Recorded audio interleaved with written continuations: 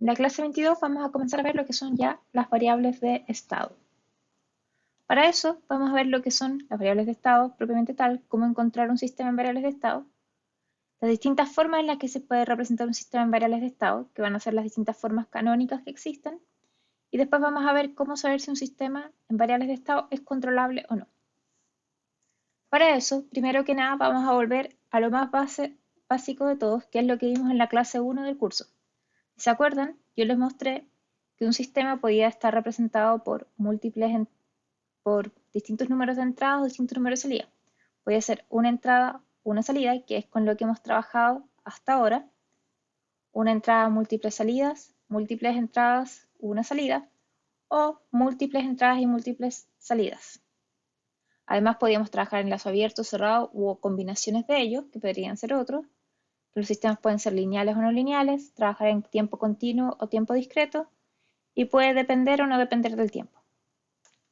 De estas cosas ya hemos visto, la mayoría hemos visto cómo linealizar sistemas, hemos visto distintos lazos de control, hemos visto tiempo continuo y discreto, pero lo que más nos estaría faltando es ¿qué hacemos si un sistema tiene más de una entrada o más de una salida?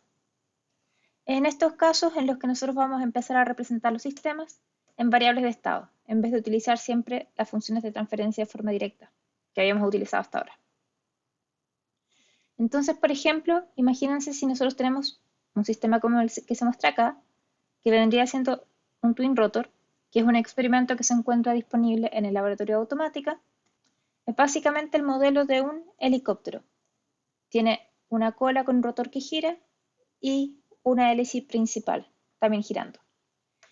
Para controlar estos dos motores, lo que se hace es que se entregan dos voltajes de entrada, el voltaje V1 y el voltaje V2, cada uno relacionado con uno de los dos motores. Y para controlar esto se está midiendo tanto los ángulos de cada sistema como calculando la velocidad de ellos. Es decir, vamos a tener cuatro variables de salida que son los ángulos, la velocidad que es la derivada del ángulo y el ángulo del otro motor y su velocidad. Entonces, si quisiéramos controlar un sistema como este, ya no podemos trabajar en sistemas que tengan una entrada o una salida, como lo que habíamos estado viendo hasta ahora, ya que queremos controlar al menos dos variables al mismo tiempo, al variar dos variables de entrada. Entonces, cuando tenemos este tipo de sistema, nosotros vamos a trabajar en ecuaciones de estado que van a tener la siguiente forma. X punto, donde acá están todos los estados, que en este caso sería el ángulo phi, la velocidad phi punto, el ángulo psi y la velocidad psi punto. Una matriz A que está relacionando los estados con la derivada de los estados y un vector B, o matriz también puede ser, que está relacionando con las entradas. En este caso, nuestras entradas son B1 y B2. Y la salida vendría estando, por ejemplo, si nosotros solo nos interesa la velocidad o solo nos interesa el ángulo, o todos, vendría siendo igual, en ese caso C sería la identidad, o simplemente phi y psi por una matriz C, donde se seleccionan solamente esos estados, por X, más nuevamente puede influir al relacionar con la entrada, o muchas veces asume cero. Estas matrices van a ser matrices constantes y los xt van a ser las variables de estado. U de t van a ser las entradas e I de t es la salida. ¿Cómo se va a mover esto? ¿Cómo lo vamos a relacionar con las funciones de transferencias, que es lo que habíamos visto hasta ahora? Si nosotros le aplicamos Laplace a este sistema, nos queda S, la parte derivada, S por X de S menos X en el inicio, va a ser igual a por X de S más B por S, más B por U de S. Empiezo a reordenar y llego a un sistema X de S igual S por la matriz identidad menos a la menos 1 por la condición inicial más la misma matriz, la menos 1 por B por la entrada. Esta matriz que estamos marcando aquí se va a llamar la función de transición de estado, que se va a llamar phi de S. Acá estamos teniendo la matriz de transición de estado en el dominio de Laplace. Y nos va a ayudar a ver cuál es la respuesta de nuestro sistema. A la vez, esta misma matriz en el dominio de Laplace va a ser la que nos va a dar cuál es la ecuación característica de nuestro sistema. Ahora seguimos y asumimos que el estado original inicial es 0. Con eso nosotros simplificamos y nos queda que x de s, sabiendo que x es un vector, va a ser igual a S por la matriz de identidad menos A a la menos 1 por B por la entrada. Y la salida nos queda I, C por los estados, más D por U de S. Simplemente despejando de forma algebraica, nosotros podemos llegar a cuál vendría siendo la relación entre la salida y la entrada de nuestro sistema. Con lo cual ahora llegamos que tenemos C por SI menos A la menos 1 más B más D. Y esta vendría siendo nuestra función de transferencia.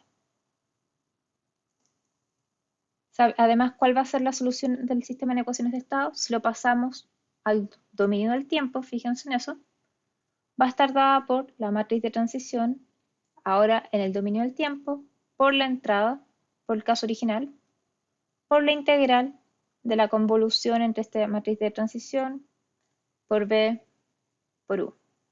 Esto viene de ecuaciones diferenciales, si se acuerdan, era una de las soluciones que se estudiaban en ese curso. Obviamente también podían encontrar la solución trabajando directamente en el dominio de Laplace. Y como les decía, esta es la función de transición del estado, pero ahora en el dominio del tiempo. Si queremos ver la relación entre uno y otro, la transición de estado en el dominio del tiempo es lo mismo que la antitransforma de Laplace, la que teníamos en el dominio de Laplace, que vendría siendo lo mismo que la exponente de A por T. Y esta, utilizando Taylor, la podemos extender. Esto se los muestro solamente ya a caso de datos porque nosotros no vamos a entrar en detalle en este tipo de formulación, sino que vamos a seguir trabajando tal como lo hacíamos antes en el dominio de Laplace. Lo otro que les había dicho es que, claro, el dominio característico, el polinomio característico va a ser SI menos A. ¿Cómo lo vamos a obtener? Calculándole el determinante a esta función. Y este polinomio nos va a permitir obtener los polos del sistema, que van a ser los mismos polos, o se van a interpretar de la misma forma que los polos de los sistemas que teníamos cuando trabajamos con funciones de transferencia de forma normal. Ahora que ya vimos cómo se relacionan las variables de estado con la función de transferencia, pasamos a ver cómo se relacionan con las ecuaciones diferenciales. Esto también lo vimos al inicio del curso, así que es a modo de recordatorio. Si tenemos un sistema en ecuaciones diferenciales, donde tenemos la derivada de i más una constante cualquiera por la derivada a la n-1 de i, y así hasta el infinito, hasta llegar a una constante por i de t igual a una entrada, nos vamos a definir distintos estados. Vamos a definir que la primera i va a ser el x1, la derivada de i va a ser x2 y así sucesivamente hasta que se nos acaben todas las derivadas disponibles en la ecuación. Estas variables entonces las vamos a ir reordenando y vamos a llegar a que la derivada de x1 es igual a x2, la derivada de x2 igual a x3 y así la derivada de xn va a ser todo el resto del sistema de ecuaciones que teníamos en función de u de t. Este mismo sistema nosotros ya lo escribimos, lo reordenamos y nos llega a que x punto, aquí todos los x, todas las derivadas, donde x es el vector de estados con x1, x2, etcétera, etcétera, xn, va a ser igual a una matriz A, que es la que vamos a armar a partir de estos valores, nuevamente por x, es decir, todos los estados, más una matriz B, que está multiplicando por u. En este caso ninguno tiene u excepto el 1, así que B van a ser 0, 0, 0, 0, 1. Y una matriz I y un vector I de salida que va a ser igual a la matriz C por X. Si queremos que todos los estados sean equivalentes a la salida, la matriz C va a ser la identidad. Este tipo de sistema que estamos encontrando se va a conocer como la forma canónica controlable.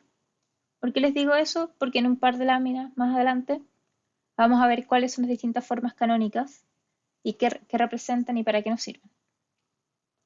Si quieren ustedes pasar desde el sistema en ecuaciones de estados a la función de transferencia o viceversa, en MATLAB y Octave de forma automática, la función es ss2df para pasar del sistema de ecuaciones de estado a la de transferencia o al revés, de la función de transferencia a las ecuaciones de estado. Lo que se me entrega adentro van a ser, según el caso, las matrices A, B, C, D o el numerador y el denominador de la función de transferencia. Ahora llegamos a nuestro primer ejemplo, que es encontrar las ecuaciones de estado de este sistema que tenemos acá, en lazo abierto. Si lo reescribimos, tenemos que I es igual a G por U. Entonces todo el denominador pasa multiplicando y nos queda S al cubo más 2S cuadrado más 2S más 1 por las salidas, y de S va a ser igual a las entradas, U de S. Lo paso al dominio del tiempo, que es lo mismo que decir la tercera derivada de T más 2 de I más 2 por la segunda derivada de I más 2 por la primera derivada de I más I derivada va a ser igual a, ahí se me pasó un punto, más I de T va a ser igual a U de T. Entonces, tal como vimos en las láminas anteriores, nos definimos. El primer estado, en este caso, yo voy a creer que corresponda a la tercera derivada. Entonces paso restando todos estos componentes. Me queda que el estado 1, que es igual a la tercera derivada, va a ser igual a U menos 2i menos 2i punto menos i. A la vez, después me defino que x2 puntos va a ser igual a x1 y x3 puntos va a ser igual a x2. De esta forma, entonces, me queda que tenemos un vector de estado que está dado por i2 puntos, i punto e i. Y con esto yo ya tengo todo y me queda reordenar solamente. Reordeno x1, 2, 3, todo esto al punto. Ahí fíjense que el punto está sobre todo el vector. Es igual a menos 2, menos 2, menos 1, 1, 0, 0, 1, 0, 0, los mismos estados, más un vector 1, 0, 0 por la entrada. Y en este caso yo quiero que la salida sea solamente mi último estado, que vendría siendo x3, que corresponde a i, porque no me interesan los otros estados de salida. Y por eso creo que el vector 0, 0, 1. Si se fijan, esto es igual a la forma que teníamos anterior, con la diferencia de que los valores están arriba en vez de abajo. Esto también es la otra forma de encontrar la forma canónica controlable. Y ahora pasamos a lo que son las formas canónicas. Tenemos nuestro sistema, que lo vamos a repetir varias veces durante todo lo que queda del semestre, que es x punto igual a x más bu, donde tenemos la salida igual a c por los estados más d por la entrada. Y lo que les he estado diciendo durante la clase es que un sistema en variables de estado no es una representación única para un sistema, sino que todos los sistemas se pueden modelar por distintas variables de estado, y eso va a depender de lo que ustedes quieran utilizar. El sistema no está cambiando, solamente va a estar teniendo distintas representaciones.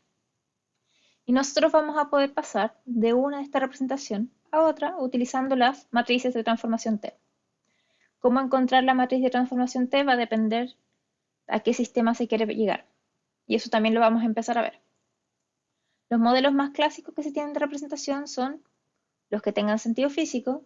Por ejemplo, lo que hemos visto hasta ahora en el control de una máquina de corriente continua, se le asigna un valor a cada máquina, a cada variable de la máquina, y se escribe de forma matricial. Esto es lo que ustedes también tienen que hacer en la tarea 3. Otra forma es la forma canónica controlable, que es la que ya les mostré cómo se ve, que es la que se asocia a un sistema que está diseñado de tal forma que sea directo ver si puede o no ser controlable. Con la forma canónica controlable es más fácil además sintonizar controladores.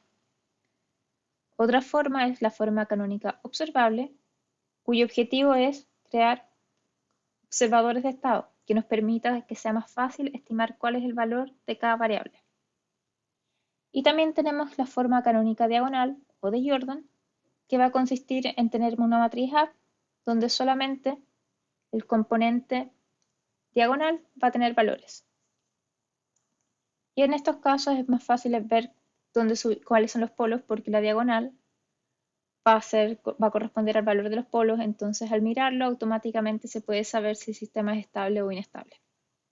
Según con qué tipo de aplicación estén trabajando, ustedes van a querer cambiar de una u otra, Y lo importante que sepan es que nunca que no son únicas, que pueden cambiar de una a otra y que sepan volver al caso del sentido físico, que es lo que nos interesa cuando estamos trabajando con sistemas reales.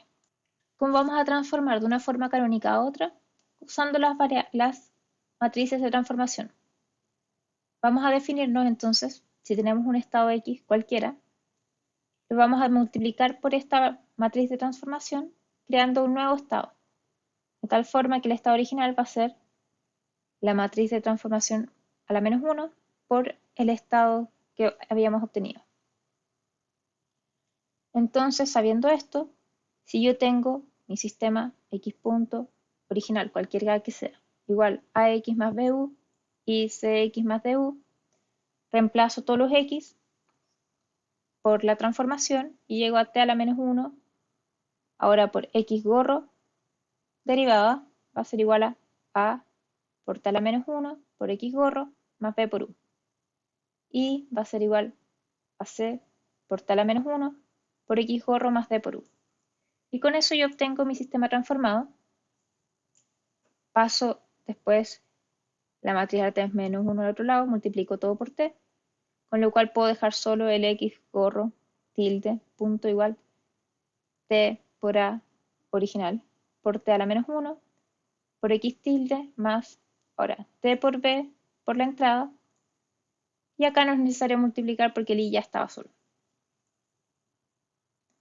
Y así yo reordeno y me queda que X tilde punto es igual a tilde por X tilde más B tilde por U. Y es igual C tilde por X tilde más D por U. Si se fijan, este componente no cambió. Ahora marcando, ¿cómo vamos a encontrar la matriz A una vez que queramos cambiar de una forma a la otra? La nueva matriz A tilde va a ser la matriz de transformación por la matriz A por la matriz de transformación a la menos 1. Para el caso de B, vamos a tener B tilde igual a la matriz de transformación T por la matriz B o por el vector B. Para C, C tilde va a ser igual a C por T a la menos 1 y D se va a mantener igual. ¿Cómo lo vamos a ver? ¿Cómo está afectando la función de transferencia de un sistema? Tomemos la función de transferencia del sistema en tilde. Es decir, esta va a ser C tilde por S por la identidad menos A tilde a la menos 1 por B tilde más D tilde. Reemplazo porque yo sabía cómo se comporta, entonces C T a la menos 1 por SI menos T a T a la menos 1 a la menos 1 por T más B por B más D y empiezo a reordenar. Sigo reordenando de forma algebraica. Otro paso de ordenando algebraicamente. Ahí están todos los pasos. Con lo cual se llega a C por, ahora ya no tenemos los tildes de por medio, factor de S por I, la identidad menos A la menos 1 más B más D, que vendría siendo lo mismo que la función de transferencia del G original. Es decir, las funciones son las mismas. Esto sí va a ser único. Entonces tenemos que la ecuación de característica y la función de transferencia, ¿qué quiere decir esto? Que los polos van a ser indiferentes de la representación que estemos utilizando en variables de estado. ¿Qué significa esto en términos de estabilidad? Como el sistema no está cambiando independiente de cómo lo estemos modelando, el sistema va a ser siempre estable o inestable. Los polos van a encontrarse siempre en la misma posición, independiente de la forma canónica que estemos utilizando, porque el sistema va a ser el mismo. Y ahora pasamos a ver las formas canónicas una por una. Partimos por la controlable, que ya habíamos visto, que es la que es fácil de obtener cuando a ustedes se les entrega una función de transferencia de este tipo. Cuando tienen la entrada, la salida sobre la entrada, es una función de transferencia con múltiples derivadas. Y esto se reescribe de tal forma, x punto igual a x más bu igual i igual cx más du, donde a va a ser una columna de ceros, una parte que es la identidad, y después una fila final que van a ser todos los coeficientes del numerador.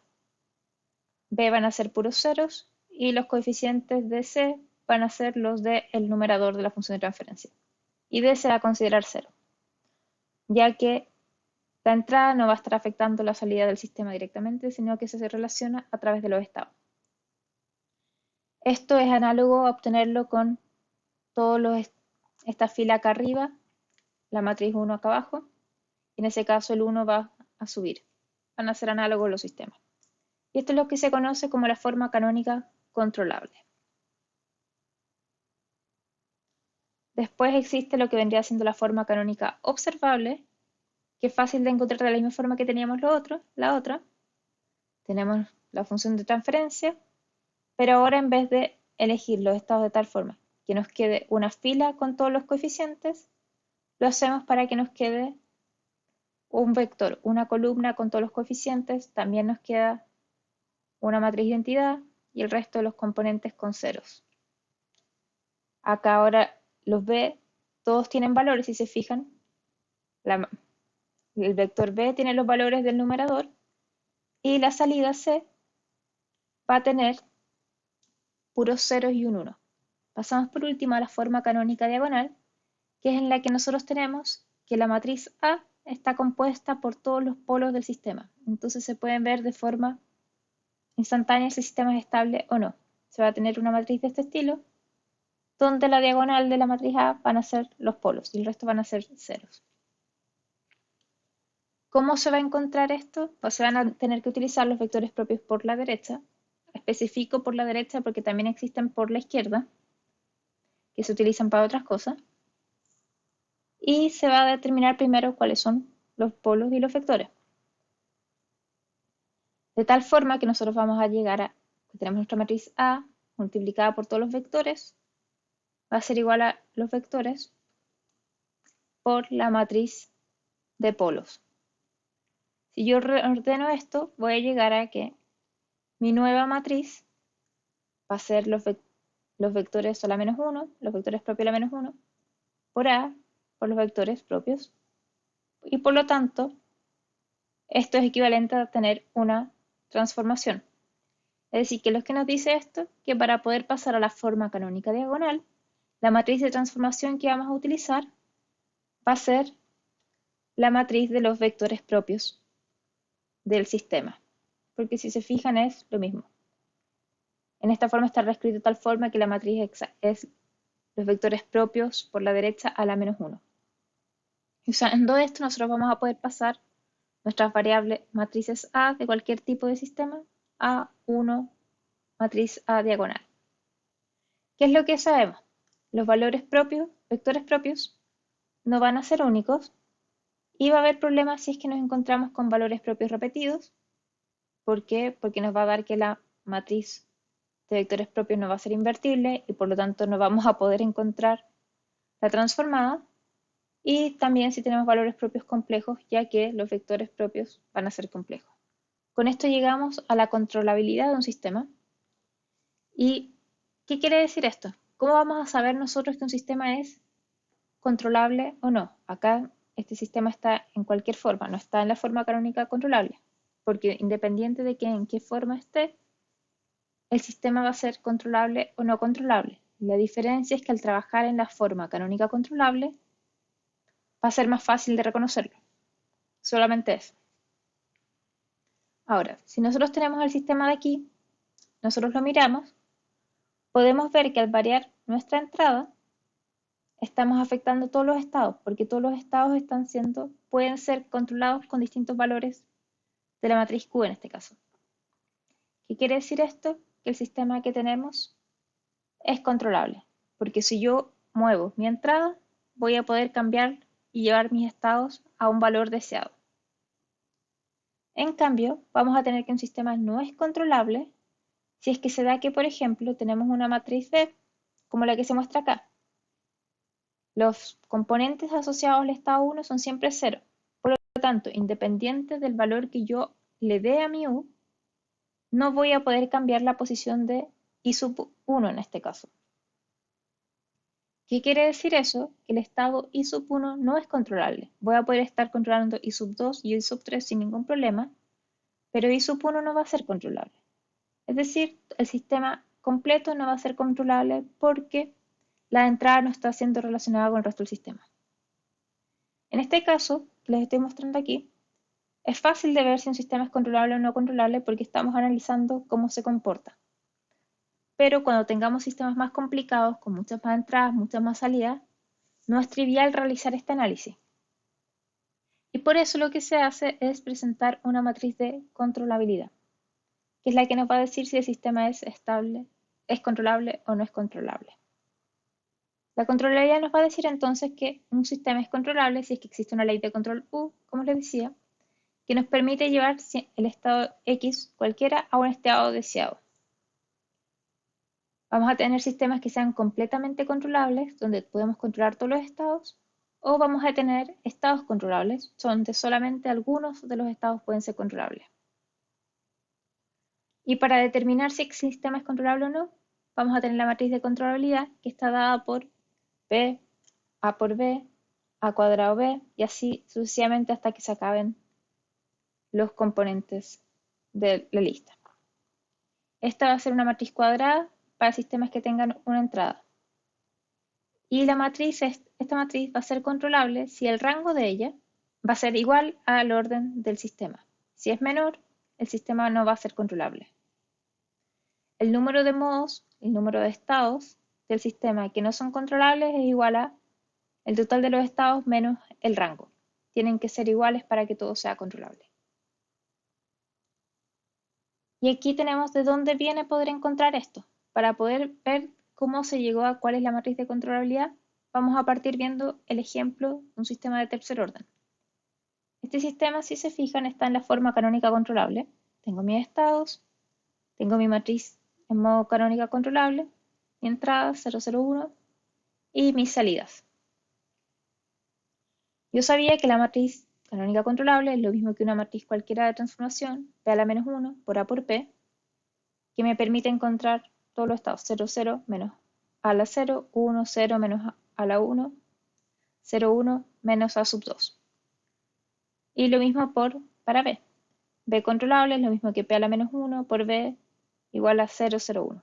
Sabiendo esto, entonces, yo tomo y empiezo a despejar las ecuaciones que se forman. Sé que B era P por la solución 0, 0, 1, porque tenía P a la menos 1B, ¿cierto? Entonces esto es lo mismo que decir P van a ser distintos valores, P sub 1, P sub 2, P sub 3, por este vector, y multiplico. Acá como tengo puros ceros y un 1, me queda P sub 3. Es decir, yo sé que P sub 3 va a ser igual a B. Luego repito lo mismo para la matriz A. Yo tenía que la matriz A controlable era P a la menos 1 por A por P, pasé el P a la menos 1 al otro lado, me queda A por P, va a ser P por A controlable. Creo nuevamente mi matriz, mis estados, P sub 1, P sub 2, P sub 3, obviamente son las mismas, ya que es la misma matriz de transformación, por la forma canónica controlable. Y acá tengo A por los mismos estados, y esto lo multiplico. Con lo cual llego a menos A sub 0 por P sub 3. El siguiente valor es P sub 1 menos A sub 1 por P sub 3. Y el tercer valor es P sub 2 menos A sub 2 por P sub 3. Y con esto yo ya había encontrado cuánto era P sub 3. Por lo tanto, tengo un sistema de dos ecuaciones y dos incógnitas. Reordeno, acá igual es A por P sub 1 va a ser igual al primer componente, A por P sub 2, el segundo componente, y A por P sub 3 al tercer componente. Como P sub 3 será igual a B, reemplacé en estas ecuaciones y reordenando llego a que P sub 2 es igual a A sub 2 por B más A por B. P sub 1 es igual a A sub 1 por B más A sub 2 por AB más A cuadrado por B. Esto solamente es trabajo algebraico, sabiendo esto, sabiendo que P sub 3 es igual a B. Entonces ahora, si se fijan, yo tengo P sub 1 igual a algo siempre en función de B y AB, P sub 2 también en función de B y AB, y P sub 3 en función de B. Tomo estas variables y las reordeno. P1, P2, P3 es lo mismo que B por AB por A sub A cuadrado B por una matriz A1, A2, 1, A2, 1, 0, 1, 0, 0. Si yo tomo esto mismo y lo expando, porque esa fue como lo encontramos para un sistema de grado 3, ahora lo expandimos para grado n, nos llega lo mismo, nos llega que tenemos que P, la matriz de transformación, va a ser una matriz C por M, donde M son todos los coeficientes, escritos de esta forma. ¿Cuál va a ser esta matriz C? Esta va a ser la matriz de controlabilidad que va a estar siempre dada por B, AB, A cuadrado B, infinito, A, n-1, B. Entonces, tomando nuestras matrices A y B originales, nosotros las vamos multiplicando y a lo que obteniendo la matriz de controlabilidad y a esta matriz que hemos obtenido le calculamos el rango. Acá está, se obtiene cuánto vendría siendo el sistema transformado. Cómo pasar de uno a otro. Y con esto ya llegamos al final de la clase y hemos visto hasta ahora cómo encontrar sistemas de variables de estado, cuáles son las formas canónicas con las que vamos a trabajar y cómo saber si un sistema es controlable o no.